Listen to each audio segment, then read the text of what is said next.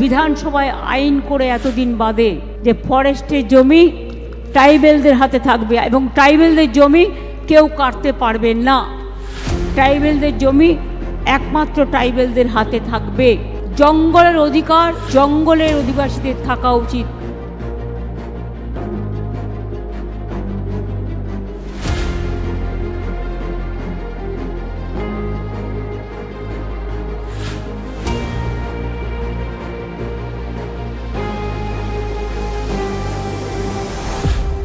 আগে 2010-11 সাল পর্যন্ত যখন আমরা ক্ষমতায় আসিনি, ট্রাইবেল ডিপার্টমেন্টের আলাদা দপ্তর ছিল না এবং তাদের বাজেট ছিল মাত্র 160 কোটি টাকা।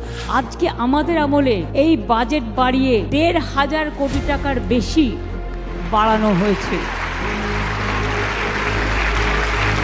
জঙ্গলটা ছিল আগে রক্তাক্ত, ক্ষুধার্ত, শোষণাক্ত। সেই জায়গা থেকে আজকে জঙ্গলে আমরা শান্তি ফিরিয়ে দিয়েছি।